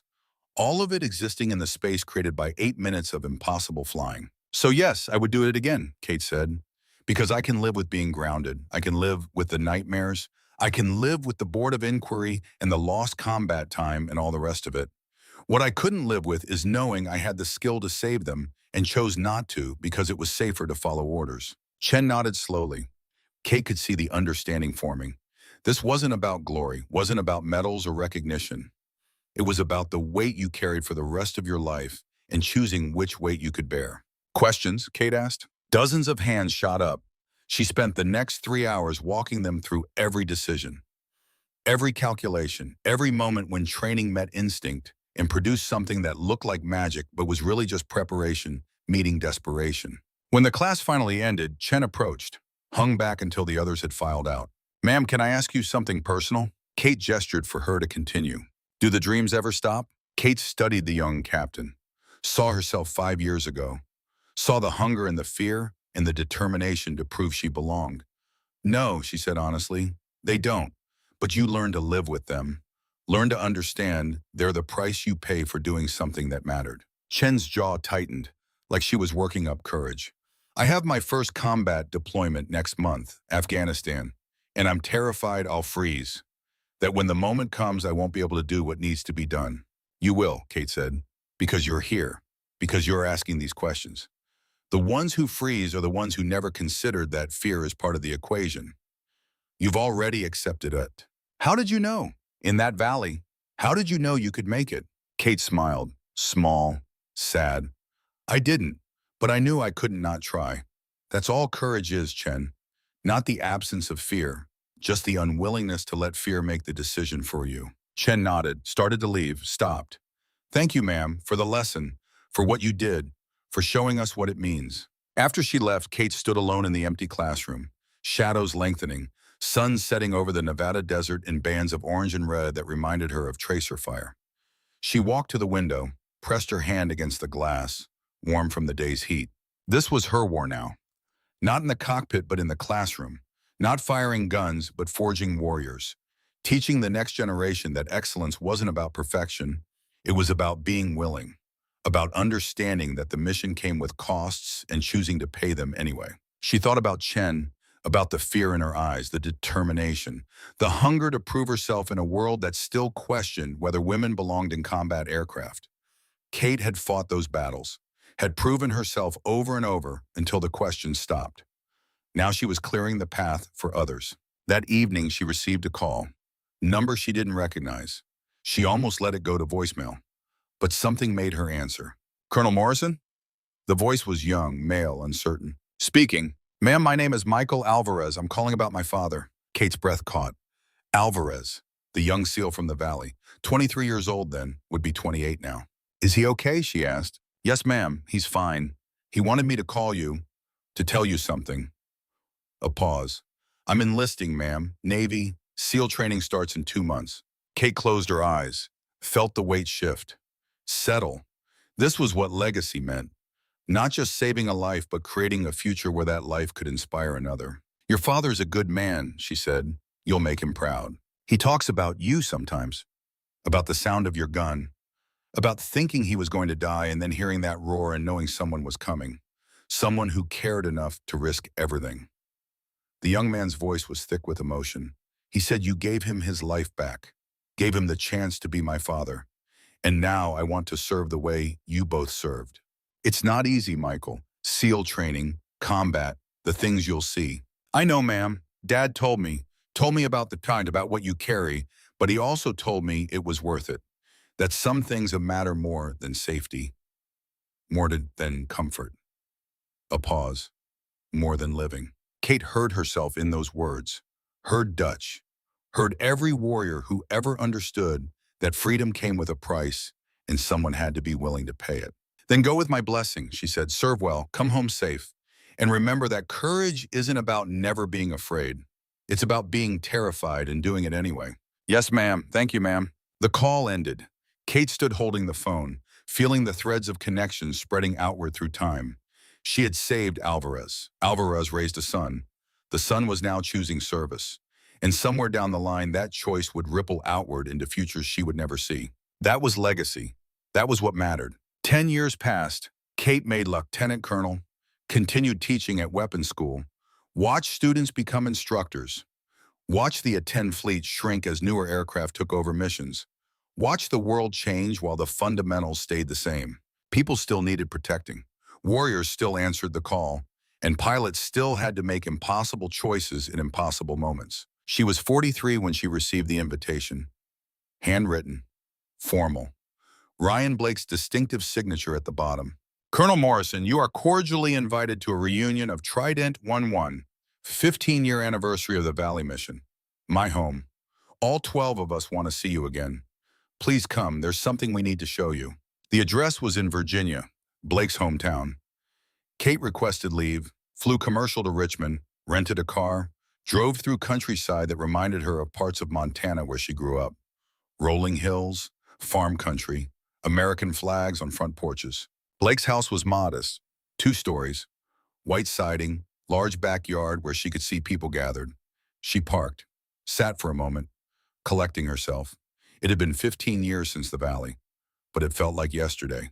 She got out, walked to the front door. It opened before she could knock. Ryan Blake stood there, 57 years old now. Gray hair, lined face, but the same eyes, the same bearing. He smiled, wide and genuine. "Colonel Morrison, welcome." They embraced, not a formal military greeting, but something deeper. The embrace of people bound by shared survival. By moments when death came close enough to smell and someone pushed it back. "It's good to see you, Ryan." "You too, Kate, come on. Everyone's here." The backyard was full, not just the 12 SEALs, but families, wives, children, grandchildren. Easily 70 people, 3 generations gathered under string lights and evening sky. When Kate stepped outside, conversation stopped. Everyone turned, and then they were applauding. Not polite, not formal, but real, heartfelt. The kind of applause that says thank you in a language deeper than words. Kate felt her throat tighten, felt the weight of 15 years pressing down, felt the memories rising, the valley, the cannon fire, the impossible choice. Blake put his hand on her shoulder. "I want you to meet some people." He led her through the crowd, introduced her to wives she'd never met, children who'd been born after the mission, teenagers who existed because 12 men survived. Martinez approached, 53 now, soft around the middle, smile lines deep. "Colonel Morrison, my wife Elena, and these are my kids, 4 of them, just like I dreamed about in that valley." Elena embraced Kate, whispered in her ear, "Thank you for giving me my husband back." Coleman was next, his hair gone white, moving slower but still solid. "Ma'am, this is my daughter. She just got accepted to the Air Force Academy. Wants to fly." The young woman stepped forward, 18, bright-eyed. "Colonel Morrison, my dad told me about you my whole life. You're the reason I want to serve." One by one they came, each with their story, each with their gratitude, each carrying pieces of that day 15 years ago, when death had been certain until someone decided certain wasn't good enough. Finally, Blake called for quiet. The crowd settled. He stood next to Kate, his voice carried across the backyard. 15 years ago today, 12 of us should have died. We were trapped, outnumbered, out of ammunition, out of options. And then this woman flew into hell to pull us out." He paused, looked at Kate. "We've gathered here every 5 years since then, to remember, to honor, to make sure we never forget what sacrifice looks like." He gestured to the crowd. "These 47 children and grandchildren exist because Colonel Morrison made an impossible choice, because she valued our lives more than regulations, more than safety, more than her own career." Blake reached into his pocket, pulled out a photograph, large, framed. He turned it to show Kate. It was all of them. 12 SEALs, 47 descendants, 3 generations, everyone wearing a shirt with the same design, a warthog silhouette, the words Trident 11, 15 years, 47 reasons. "This is our thank you," Blake said. "This family, this future, these lives, they're all here because you didn't give up on us." Kate couldn't speak, couldn't breathe. The weight of 15 years crystallized into this single moment. These faces, these futures, this legacy written in flesh and blood and laughter and love. "I just did what anyone would do." She married, she managed. "No," Martinez stepped forward. "You did what only you could do, what only someone with your skill and your courage and your stubborn refusal to accept death could do." Alvarez's son was there, Michael, 23 now, SEAL Trident on his chest. He approached with his own family, wife, 2 small children. "Ma'am, I completed my training 3 years ago. Just got back from my 2nd deployment, and I carry something with me every mission." He pulled out a photo, worn, creased, Kate and his father, taken 15 years ago when the 12 SEALs had first met her. "My dad gave me this, told me to remember that courage means doing the impossible when lives depend on it."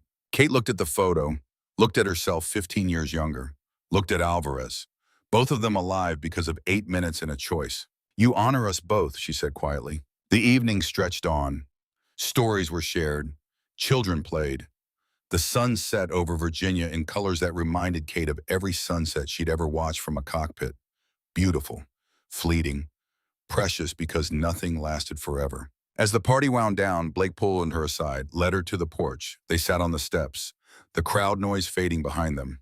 "There's something I need to tell you," he said. "Something I should have said years ago but didn't know how." Kate waited. "That day in the valley, when we were surrounded, when I thought we were done, I made peace with dying. We all did. But what killed me inside wasn't dying. It was knowing my kids would grow up without a father, that my wife would have to bury me, that I'd never see my grandchildren." He paused, drew a breath, and then your voice came over the radio, and I heard something in it. Not fear, not hesitation, just absolute determination. And I knew someone was coming who wouldn't quit, wouldn't turn back, who'd fly through hell itself if that's what it took. "You gave me more than my life, Kate. You gave me my future. And I've spent 15 years trying to figure out how to repay that, trying to live a life worthy of your sacrifice. You don't owe me anything, Ryan. I owe you everything. We all do." He gestured to the house, the family inside. "This, all of this, it exists in the space you created, the future you protected." Kate looked at him, at this warrior who'd faced death and survived, who'd built a life in the years she'd given him. "You repay it by living well, by being there for your family, by raising children who understand service and sacrifice. That's all I ever wanted." Blake nodded. They sat in comfortable silence. Two warriors on a porch, bound by memory, by survival, by the strange intimacy of shared trauma. "The A-10s are being retired," Kate said after a while. "Last ones go out of service in 5 years. End of an era." "I heard. Damn shame." Maybe it's just time. Technology moves on. Tactics evolve. Can't hold on to the past forever. "But some things shouldn't change," Blake said. "The commitment to never leave anyone behind. The willingness to risk everything for your people. That shouldn't evolve. That should stay constant." Kate thought about Chen, about Michael Alvarez, about all the young pilots and SEALs and soldiers learning what it meant to serve. It will, as long as we keep teaching it, keep showing them what it looks like. She flew back to Nevada the next day, returned to weapons school, returned to the classroom and the students in the endless cycle of training warriors. But something had shifted. The weight she'd carried for 15 years felt different now. Not lighter exactly, but distributed, shared, carried by 12 men and their families and everyone who understood what that day in the valley had meant. 5 more years passed. Kate made full colonel, was offered command positions, staff jobs, the kind of assignments that led to stars. She turned them all down, stayed at weapons school, stayed teaching. Because that was where she belonged. That was where she could make the difference. Not in some Pentagon office pushing paper, but in the minds of young pilots learning what it meant to fly for something larger than themselves. She was 48 when they held the decommissioning ceremony for the last A-10, the same hangar where she had stood 20 years before. The same questions about legacy and meaning and what endured when machines became obsolete. But now she had answers.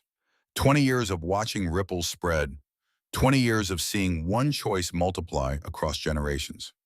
20 years of understanding that some things outlived metal and circuitry. The ceremony was packed. Generals, officers, enlisted, civilians, media. Everyone who wanted to witness history. And in the front row, 12 older men, grayer now, moving slower, but standing straight, standing proud. Behind them, 47 descendants, 3 generations, all wearing the same shirt. Trident 1-1, 20 years, 47 reasons. Kate stood at the podium, looked out at the crowd, at the faces that represented everything she had fought for, everything she had sacrificed, everything she had become. She began to speak. "This aircraft," she said, gesturing to the polished Warthog behind her, "was designed around a simple principle. Protect the troops on the ground, take the damage meant for them, bring them home safe." She paused, let the words settle. For 50 years, the A-10 did exactly that. It saved thousands of lives, protected countless soldiers, became the most beautiful sound anyone on the ground could hear. Not because it was fast or stealthy or high-tech, but because everyone knew what it represented. Someone up there cared. Someone up there was coming. She walked to the aircraft, placed her hand on the scarred fuselage, felt the cold metal beneath her palm. 20 years since she had flown one in combat. 20 years since she had made the choice that defined everything that followed. They say it's obsolete. Maybe they're right. The world has changed. Warfare has evolved. We have newer, better tools. But the values this aircraft represented, the commitment to our people, the willingness to fly into danger to protect them, those things aren't obsolete. Those things are eternal. She turned back to the crowd, found Blake's eyes, found Chen sitting in the third row, found all the faces of people who understood. So yes, we're retiring the Warthog, but we're not retiring the spirit. We're not retiring the oath. We're not retiring the promise that no American gets left behind as long as warriors stand ready to fulfill it. That promise continues in different aircraft, with different technology, but the same hearts, the same commitment, the same willingness to sacrifice everything when the mission requires it. She saluted the aircraft, the crowd stood, saluted with her, and in that moment, Kate understood completely. Legacy wasn't about machines, it was about values, about teaching the next generation, about ensuring that courage and honor and sacrifice weren't just words but lived realities. After the ceremony, as the crowd dispersed, someone approached. A young woman in captain's bars. Flight suit crisp, name tag reading Chen. Sarah had aged 10 years since that first classroom conversation. Flown combat missions, lost friends, gained wisdom. She stood straighter now, carried herself with the quiet confidence of someone who'd been tested and not found wanting. Ma'am, I need to tell you something. Kate waited. 2 years ago, Afghanistan, 8 Marines pinned down, heavy contact. Terrain similar to what you described. Command said it was too dangerous, said to hold position. Kate's heart began to pound. She knew what was coming. I thought about your lesson, about the valley, about choosing what matters more. Chen's eyes were bright, steady. I went in anyway, low and fast, made 3 runs, brought them all home. Anyone hurt? 2 wounded, both survived, and I took fire. 18 holes in my aircraft, but I made it back. Kate felt something break open inside her. Not breaking apart, breaking free. 20 years of weightlifting. Not gone, never gone, but transformed into something else, into pride, into legacy, into the knowledge that what she'd done, what she'd taught, was living on in warriors like Chen. Did they ground you? Kate asked. Chen smiled, small, knowing. 2-week investigation, letter of reprimand, and a recommendation for the Distinguished Flying Cross. She paused. Turns out some colonels remember what matters more than regulations. Kate pulled her into an embrace, whispered, I'm proud of you. When they parted, Chen reached into her pocket, pulled out a small box, opened it. Inside was a pin, a Warthog silhouette, custom made. She pinned it to Kate's uniform. From the 8 Marines you saved, they wanted you to have this, wanted you to know that your legacy isn't just in the people you rescued, it's in the people you taught who then rescued others. Kate looked down at the pin, at this symbol of spreading ripples. 1 mission, 8 minutes, 12 lives, which became 47 futures, which taught 1 student, who saved 8 more, who would teach others, on and on, outward through time. That evening, Kate returned to the hangar. Alone, the ceremony was over. The crowd's gone. The A-10 would be transported to a museum in the morning. She wanted one last moment, one final goodbye. She stood before the aircraft, ran her hand along the titanium skin. This machine had carried her through fire, had absorbed damage meant for her, had brought her home when death seemed certain. Thank you, she whispered. To the engineers who built it, to the pilots who flew it, to everyone who understood that some things were worth preserving even in a changing world. Her phone buzzed, text message, unknown number. She opened it. Colonel Morrison, my name is James Blake, Ryan Blake's grandson. I just enlisted. Air Force, I want to fly the new fighters. But my grandfather told me to read about the Warthog first, to understand what service really means. I wanted to say thank you for giving me my grandfather, for showing me what courage looks like. Kate read the message twice, then typed back slowly. Serve well, fly safe. Remember the oath. Some things never change.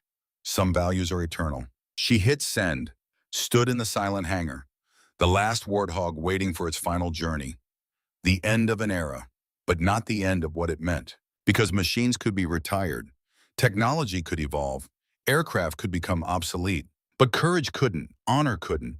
The willingness to sacrifice for something larger than yourself couldn't become obsolete because it was the foundation everything else was built on. Kate walked out of the hangar into the Nevada night, stars brilliant overhead, the same stars that had guided her through that valley 20 years ago, the same stars that would guide warriors yet to come. She thought about Dutch, gone now 3 years, heart attack in his sleep, peaceful.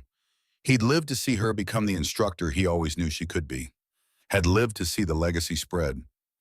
At his funeral, she'd placed the trident pin on his chest, the one Blake had given her. Returned to the man who'd taught her what it meant to fly true. She thought about the 47 children and grandchildren, about Michael Alvarez serving, about James Blake enlisting, about Chen teaching her own students now, about ripples spreading outward through generations.